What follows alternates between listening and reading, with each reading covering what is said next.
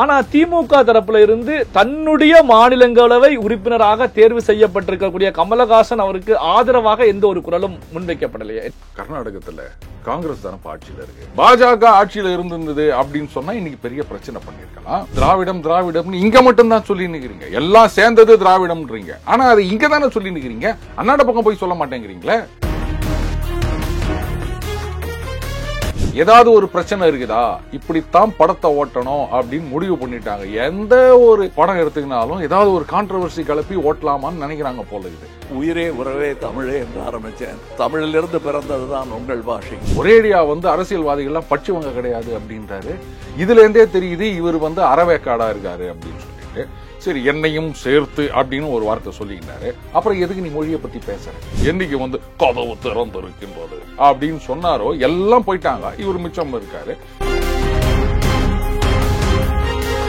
எப்ப மத்த மாநிலங்கள்ல ஒத்துக்கலையா, நாம மட்டும் ஏன் எல்லாரையும் சேர்த்து வச்சு திராவிடம்னு சொல்லிட்டு இருக்கணும்?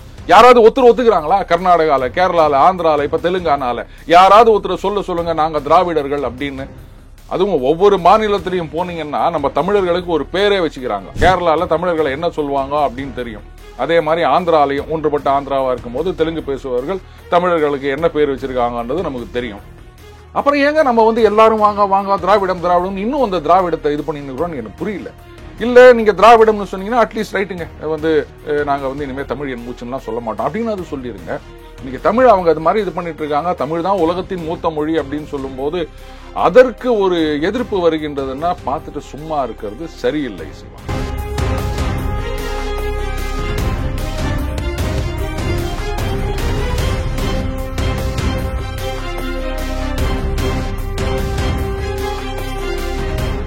ரியல் ஒன் நண்பர்கள், உறவுகள் அனைவருக்கும் வணக்கம். பல்வேறு முக்கியமான தகவல்களை நம்முடைய உறவுகளுடன் பகிர்ந்து கொள்ள இணைந்திருப்பவர் டெய்லி பஞ்ச் அருண் அவர்கள். வணக்கம் சார். வணக்கம் சிவா. கமலஹாசன் அவர்களுடைய பேச்சு, அதாவது தமிழ் மொழி தான் முதல் மொழி அப்படிங்கிற கருத்துக்களை கர்நாடகாவில் முன்வைக்கிறாங்க. அதற்கு கர்நாடகாவில் இருக்கக்கூடிய அரசியல் கட்சிகள் பல்வேறு தரப்புல இருந்து எதிர்ப்புகள் மேலோங்குகிறது. இப்போ தமிழ்நாட்டில இருந்து எதிரில் இருக்கக்கூடிய கட்சிகள், சீமானாக இருக்கட்டும், விஜயாக இருக்கட்டும், ஏடிஎம்கேவா இருக்கட்டும், எல்லா கட்சிகளுமே கண்டனத்தை முன்வைக்கிறாங்க. ஆனா திமுக தரப்புல இருந்து தன்னுடைய மாநிலங்களவை உறுப்பினராக தேர்வு செய்யப்பட்டிருக்கக்கூடிய கமலஹாசன் அவருக்கு ஆதரவாக எந்த ஒரு குரலும் முன்வைக்கப்படலையே, என்ன காரணம்?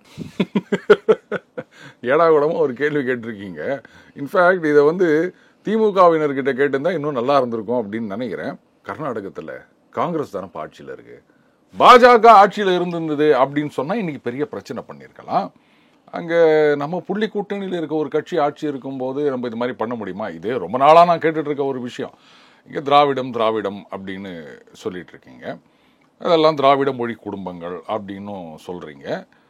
இதையெல்லாம் தமிழ்நாடு பார்டர் தாண்டி அந்தந்த ஸ்டேட்ல போயிட்டு யாருக்காவது சொல்றதுக்கு தைரியம் இருக்கா? கேரளாலேயோ ஆந்திராலேயோ இல்லை கர்நாடகாலேயோ போயிட்டு இதை பாருங்க, இந்த மாதிரி இதுதான் வரலாறு அப்படின்னு நீங்க சொல்லுங்க. இதைத்தான் நான் கேட்டுட்டு வந்தது. அடுத்தது திராவிடம் இங்க மட்டும் தான் சொல்லி நிக்கிறீங்க, எல்லாம் சேர்ந்தது திராவிடம்ன்றீங்க. ஆனா அது இங்க தானே சொல்லி நிக்கிறீங்க, அண்ணாட பக்கம் போய் சொல்ல மாட்டேங்கிறீங்களே. இது ஏன் அப்படின்னு இப்ப இவர் ஆரம்பிச்சு வச்சிட்டாரு. அதுவும் இதை நான் ஏதோ ஒரு கொள்கை ரீதியான அப்படின்லாம் பார்க்கல, படம் வரப்போகுது இல்ல, இன்னைக்கு அதான் ட்ரெண்ட் ஆயிடுச்சுங்க. ஒரு படம் ஓடணும் அப்படின்னா அதுல கதை இருக்குதா, நடிப்பு இருக்குதா, ஆர் கமர்ஷியல் ஐட்டம், இத்தனை ஃபைட் இருக்குதா, இத்தனை பாட்டு இருக்குதா, இதெல்லாம் கிடையாது. ஏதாவது ஒரு பிரச்சனை இருக்குதா, இப்படித்தான் படத்தை ஓட்டணும் அப்படின்னு முடிவு பண்ணிட்டாங்க. எந்த ஒரு படம் எடுத்துக்கினாலும் ஏதாவது ஒரு கான்ட்ரவர்சி கிளப்பி ஓட்டலாமான்னு நினைக்கிறாங்க போல இருக்குது. ஸோ அதனுடைய ஒரு இதுவாக தான் பார்க்குறேன். கர்நாடகாவில் பெருசாக ஓடாட்டா என்ன, எனக்கு கேரளாவில் ஓடும், தமிழ்நாட்டில் ஓடும், அதில் வசூல் பார்த்துடலாம் அப்படின்னு நினைக்கிறார் போல இருக்குது. அதை தொடர்ந்து அவர் ஒரு இது பதில் இல்லை விளக்கம் அப்படின்னு ஏதோ ஒன்று சொல்லியிருந்தாரு. அதில் என்ன சொன்னார், அதுவும் ஆங்கிலத்தில் மொழியை பற்றி பேசுவதற்கு அரசியல்வாதிகளுக்கு தகுதி இல்லை, ஏன்னா அவங்க பட்சவங்க கிடையாது அப்படின்னு. இவர் ஒத்துரை வச்சுக்கின்னு எல்லா அரசியல்வாதியும் எடை போடக்கூடாது. எத்தனையோ அரசியல்வாதிகள் படித்தவங்க இருக்காங்க. ஏன் இன்னைக்கு துணை முதலமைச்சராக இருக்கிற உதயநிதி ஸ்டாலின், அவரு லயோலா காலேஜில் படிச்சவர் தானே. அப்ப ஸ்டாலின் அவர்களும் அதே காலேஜ்ல படித்தவர் தான். அப்புறம் என்ன, அவங்க எல்லாம் கண்ணுக்கு தெரியலையா அவருக்கு? ஒரேடியா அரசியல்வாதிகள்லாம் பட்சவங்க கிடையாது அப்படின்றாரு. இதுல இருந்தே தெரியுது இவர் அறவேக்காடா இருக்காரு அப்படின்னு சொல்லிட்டு. சரி, என்னையும் சேர்த்து அப்படின்னு ஒரு வார்த்தை சொல்லிக்கிட்டாரு. அப்புறம் எதுக்கு நீ மொழியை பத்தி பேசுற, வாய மூடின்னு இருக்க வேண்டியது தானே. இல்ல நான் இப்போ அரசியல்வாதி இல்லை, அது இது பார்ட்டாக தான் எடுத்துக்கணும்னு நினைக்கிறேன். இப்போ வந்து அவர் பிக் பாஸ் அதை விட்டு கூட தூக்கிட்டாங்க. இப்போ வந்து நான் கேம்பியர், இப்போ வந்து நான் விளம்பர மாடல், இப்போ வந்து எப்போவாது நேரம் கிடைச்சா பொழுது போலன்னா நான் அரசியல்வாதியாக வருவேன் அப்படின்றாரா? இவர் அரசியல்வாதியா இல்லையா? அப்புறம் எதுக்கு வந்து நான் கட்சின்னு சொல்றாரு? இதில் வேற பார்த்தீங்கன்னா அந்த திமுகவில் ராஜ்யசபா எம்பி அந்த இது பண்ணும்போது 3 பேர் வந்து அவங்க கட்சியில் இருக்கவங்களை கொடுத்துட்டு அதுக்கப்புறம் ஏற்கனவே ஒத்துக்கொண்டபடி இதை வந்து மக்கள் நீதி மையத்துக்கு. ஆனால் பாருங்க எந்த அளவுக்கு அவங்க ஜென்டிலா, கமல்ஹாசனுக்குன்னு சொல்லலை, கட்சிக்கு ஒதுக்குகிறோம் அப்படிதான் சொன்னாங்க. கட்சியில வந்து உலக நாயகம் தான் அப்படின்னு ஒரு மனதா தேர்ந்தெடுத்தேன். ஒரு மனதாலாம் நான் சொல்ல மாட்டேன். இப்ப இருக்கிறதே ஒரே ஆள் தானே, அப்புறம் வேற யாரை தேர்ந்தெடுக்க முடியும்? என்னைக்கு வந்து கதவு திறந்திருக்கின்றது அப்படின்னு சொன்னாரோ எல்லாம் போயிட்டாங்க. இவர் மிச்சம் இருக்காரு, இவர் வந்துட்டாரு. இப்போ இதுக்கு வந்து ஏன் எதிர்ப்பு கொடுக்கவில்லை அப்படின்னா, கரெக்ட், இது நல்ல கேள்வி. இதை வந்து நீங்களும் நானும் பேசிக்கிறதோட மக்கள் கேட்கணும். எங்க தமிழ் மொழி தான் வந்து உலகத்தின் மூத்த மொழி அப்படின்னு சொல்லி நிற்கிறோமே, அதையே மக்கள் பக்கத்துல சொல்ல முடியல. இங்க மட்டுமே சொல்லிட்டு இருக்கிறதுக்கு பேர் இதுவா? அதை நான் வீட்டுல உட்காந்து நான் தான் வந்து மிகப்பெரிய ஆள் அப்படின்னு வீட்டுக்குள்ளேயே சொல்லிட்டு இருக்கிறதுல என்ன அர்த்தம் இருக்குது? வெளியில போய் சொல்லணும், வா நான் தான்ப்பா இந்த ஊர்லயே மிகப்பெரிய ஆள் அப்படின்னு. அப்படி சொல்ல தைரியம் இல்லைன்னா சொல்லக்கூடாது இல்லையா? இந்த தமிழ் மொழியுடைய பழமை அப்படின்றது வந்து உலகத்துக்கே தெரியும். சொல்றதுக்கு தயக்கம் என்ன? இப்போ இதுல என்ன கேள்வி உருவாகுது அப்படின்னா சார், இப்போ ஒரு ஹிந்தி மொழியாக இருக்கட்டும், சமஸ்கிருதமாக இருக்கட்டும், திமுகவில் வந்து முதல்வர் ஸ்டாலின்ல இருந்து அடிமட்ட தொண்டர்கள் வரைக்குமே விமர்சனங்களை முன்வைப்பாங்க, மொழிக்கு எதிரான கருத்துக்களை முன்வைப்பாங்க. உதயநிதி ஸ்டாலின் எல்லாம் ஓங்கி அடிக்கக்கூடிய நிகழ்வுகளை நம்ம பார்த்திருக்கோம். இப்படி இருக்கும்போது ஒரு தமிழ் மொழி அப்படின்னு வரும்போது, தமிழ்நாட்டில் நாம பேசக்கூடிய மொழி ஒரு தமிழ் மொழி. அப்ப இந்தி சமஸ்கிருதத்துக்கு எதிர்ப்பு தெரிவிக்கக்கூடிய திமுக ஒரு கன்னட மொழி அவர்கள் வந்து விமர்சனத்தை முன்வைக்கிறாங்க, ஏன் எதிர்ப்பு தெரிவிக்க மாட்டேங்கிறாங்க? இதுல இன்னொரு செய்தி கூட பார்த்தேன். அதாவது கன்னட மொழி வந்து சமஸ்கிருதத்திலிருந்து வந்தது அப்படின்ற மாதிரி யாரோ கருத்து சொல்லியிருந்தாங்க, தமிழ்ல இருந்து வந்தது கிடையாது அப்படின்னு. இதுக்கு தான் இவர் சொன்னார், வடக்கில் இருந்து பார்த்தால் தெற்கில் இருந்து பார்த்தால் அப்படின்னு. சிவாவை வந்து முன்னாலேருந்து பார்த்தா ஒரு மாதிரி தெரிவார், பின்னாலேருந்து ஒரு மாதிரி பார்த்தா தெரிவார். இந்த மாதிரிலாம் பேசியிருந்தா ஓகே, எதுவும் புரியல அப்படின்னா யாரும் வந்து பிரச்சனை பண்ண மாட்டாங்க அப்படின்னு நினைச்சிட்டார் போல இருக்குது. எதையோ ஒன்று பேசணும், அவருக்கே அவர் பேசுறது புரியுமா அப்படின்னு தெரியல. அடுத்தது நீங்க கேட்டது சரியான கேள்வி. இந்தி சமஸ்கிருதம் இதுன்னா உடனே வரிஞ்சு கட்டின்னு வராங்க, மொழி திணிப்புன்னு சொல்றாங்க. ஆனா இந்த இடத்துல இவரே சொல்றாரு, இது வரலாற்று உண்மை அப்படின்னு சொல்றாரு. திருமாவர்கள்ல இருந்து எல்லாரும் சொல்றாங்க இதுதான் வரலாறு. அவங்க ஏத்துக்கலன்னா அதுக்கு என்ன பண்ண முடியும்? வரலாற்றை மாற்ற முடியாது அப்படின்னு சொல்றாங்க. அப்ப அந்த வரலாற்றை உறக்க சொல்லுவதில் திமுகவுக்கு தயக்கம் என்ன? அப்ப இதுதான் வந்து தமிழ் மொழிக்காக, அதாவது தமிழ் என் மூச்சு, தமிழ் என் பேச்சு, தமிழுக்காக உயிரை கொடுப்போம் அப்படிதானே நம்ம சொல்லுவோம். இன்னைக்கு வந்து தமிழை இந்த மாதிரி அவங்க வந்து பண்ணிட்டு இருக்காங்க, இவங்களுக்கு எங்களுக்கு சம்மதம் இல்லைன்னு சொல்றாங்க.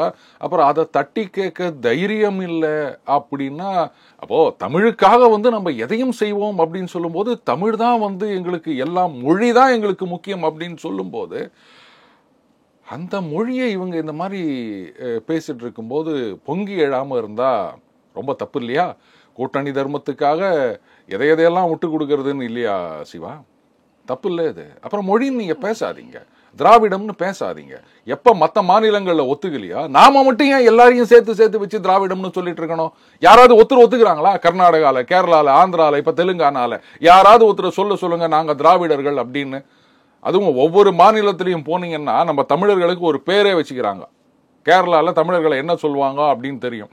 அதே மாதிரி ஆந்திராலையும், ஒன்றுபட்ட ஆந்திராவா இருக்கும் போது தெலுங்கு பேசுபவர்கள் தமிழர்களுக்கு என்ன பேர் வச்சிருக்காங்கன்றது நமக்கு தெரியும். அப்புறம் ஏங்க நம்ம வந்து எல்லாரும் வாங்க திராவிடம் இன்னும் அந்த திராவிடத்தை இது பண்ணிருக்கிறோம்னு எனக்கு புரியல. இல்ல நீங்க திராவிடம்னு சொன்னீங்கன்னா அட்லீஸ்ட் ரைட்டுங்க, வந்து நாங்க வந்து இனிமேல் தமிழ் என் மூச்சுலாம் சொல்ல மாட்டோம் அப்படின்னு அது சொல்லிருங்க. இன்னைக்கு தமிழ் அவங்க அது மாதிரி இது பண்ணிட்டு இருக்காங்க, தமிழ் தான் உலகத்தின் மூத்த மொழி அப்படின்னு சொல்லும் போது அதற்கு ஒரு எதிர்ப்பு வருகின்றதுன்னா பார்த்துட்டு சும்மா இருக்கிறது சரியில்லை சிவா. பிரதமர் மோடி அவர்கள் கூட வெளிநாட்டு பயணத்துக்கு போகும்போது தமிழ் மொழி தான் முதன்மையான மொழி அப்படின்னு பேசின வீடியோக்கள் கூட நம்ம பார்த்தோம், பேசியிருக்காங்க.